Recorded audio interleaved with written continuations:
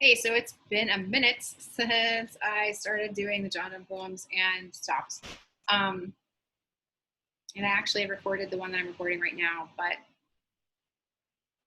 it's been so long since I recorded it that I thought I'd just do it again. So we got through number 4. Let's see, as a means of marking why, like this moment and maybe why I stopped. Things got crazy at the end of the school year, leading up to senior symposium, seniors completing their capstone projects, in spite of the fact that we are all in continuous learning, remotely interacting with one another.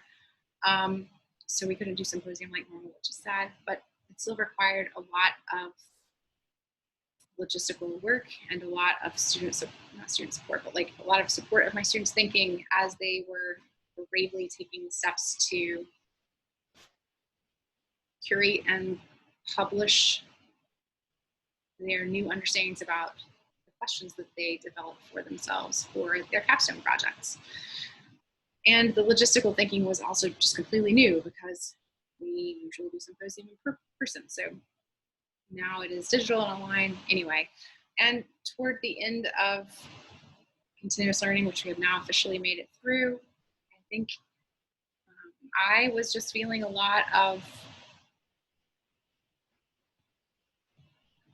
complicated feelings about the end of the school year, which always happens. I always have complicated feelings about the end of the school year. I teach all the seniors and only seniors, so every year I lose my entire crew of people. And I know that they're ready. They always are ready by the end of the year, but that doesn't make their leaving, that's not true, it makes their leaving a lot easier, but it doesn't make me happy that they leave nonetheless. It makes me really proud, but also kind of sad because I know that the interactions that we had before are over. Anyway, so I was having some complicated feelings. We were in the midst of weird post-planning, which ended up being a whole lot of Zoom meetings that were really lovely and productive, but it's just been a lot. So I stepped away. I got busy and found that I needed to do other things to stay like grounded and balanced. And anyway, I'm back. Here's more John Donne and pandemic poetry, and I love it. It's lovely. I have also been doing some reading and recording for my students of things that we read together. It's not like I haven't been doing this, I just haven't been doing this in a public way. So anyway, back to Donne. I'm going to make the moves I made before, which is read the sonnet that precedes the sonnet that we're officially on. So today I'll be rereading La Corona number 4 called Temple and shifting into La Corona 5 called Crucifying. Because if we remember, or in case you don't, coronas are sequences of sonnets where the last line of the preceding sonnet becomes the first line of the next sonnet. And on and on and on, in this case, through 8, I think, 7 different sonnets. And the end of the 7th sonnet, the last line of the 7th sonnet, became the first line of the first sonnet. So it foretells its ending and its beginning, which I think is just super duper poignant. I'm not sure I've articulated that out loud on these. Anyway, that reminds me of, okay, so teeny tiny sidebar, and then I'll get to the actual work of reading done. I had never watched a whole lot of Terrence Malick.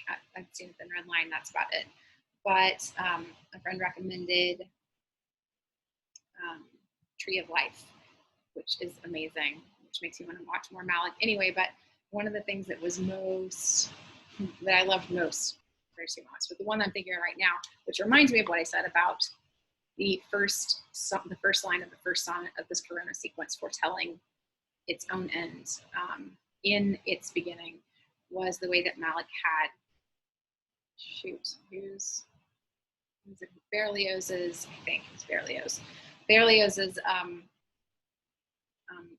Requiem Mass as the musical accompaniment to these images of the beginnings of the universe, of course, but also moments of the beginnings of relationship and beginnings of recognition.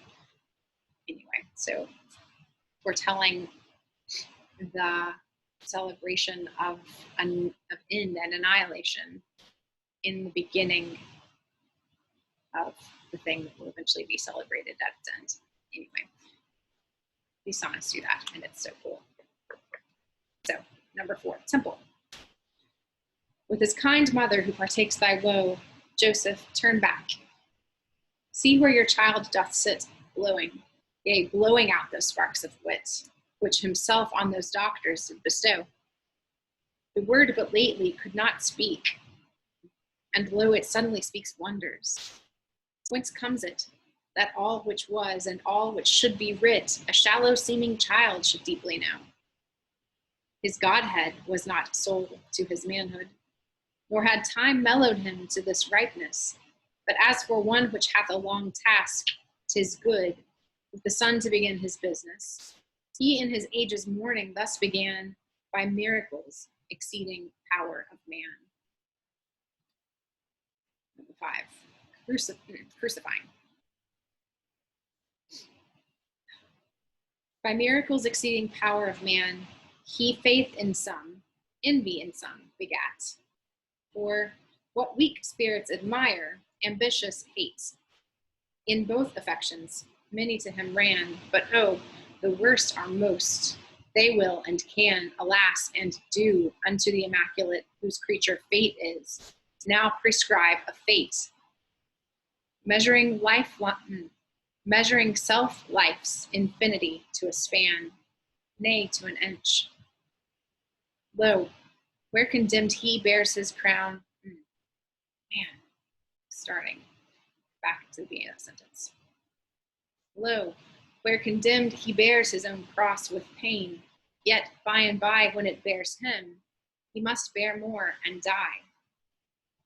Now thou art lifted up, draw me to thee, and at thy death giving such liberal dole, moist with one drop of thy blood, my dry soul. Wow. That was a very stumbly reading of number 5, Crucifying. But it'll be better tomorrow. Okay. Done. La Corona.